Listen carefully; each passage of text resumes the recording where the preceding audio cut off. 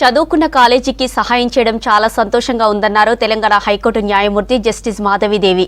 Osmania university college of technology ఆడిటోరియంలో పూర్వ విద్యార్థుల సమావేశాన్ని అల్యూమిని అధ్యక్షుడు గోపాల్ రెడ్డి ఆధ్వర్యంలో ఏర్పాటు చేశారు.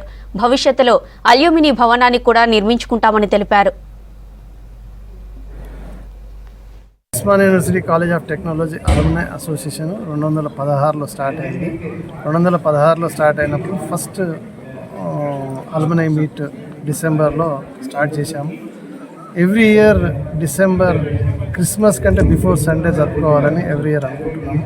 అదేవిధంగా లాస్ట్ 8 years నుంచి అలుమ్నై మీట్ కంటిన్యూస్గా జరుపుకుంటున్నాము.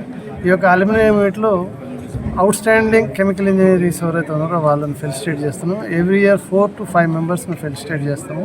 అదేవిధంగా కాలేజీలో మనం చదివి ఈరోజు ఈ పొజిషన్లో ఉన్నాం కాబట్టి కాలేజీకి మనం ఏ విధంగా సహాయం చేయగలుగుతాం, as a money wise, as a knowledge wise, as a human capital wise. అంటే మనం ఏమన్నా సెమినార్స్ కానీ దేంట్లో కానీ పార్టిసిపేట్ చేయడం కానీ దాని ద్వారా మనం ఏదైతే కాలేజీకి ఇవ్వాలనుకుంటున్నాం.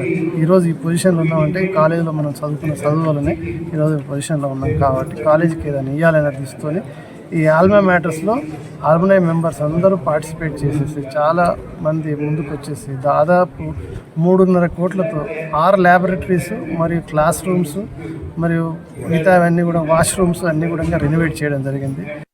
టెక్నాలజీ అల్యూమిని అసోసియేషన్ మీటింగ్లో పాల్గొనడం చాలా సంతోషంగా ఉంది. మనం ఎప్పుడైనా సొసైటీకి నుంచి మనం తీసుకుంటాం, కానీ మనం ఎక్కడి నుంచి అయితే మనము సంపాదిస్తున్నామో మనం చదువు ఈ స్టేజ్కి వచ్చామో మళ్ళీ ఆ ఇన్స్టిట్యూట్కి వచ్చి ఆ ఇన్స్టిట్యూట్కి ఇవ్వడానికి ప్రయత్నం చేయడం అనేది చాలా గొప్ప విషయం.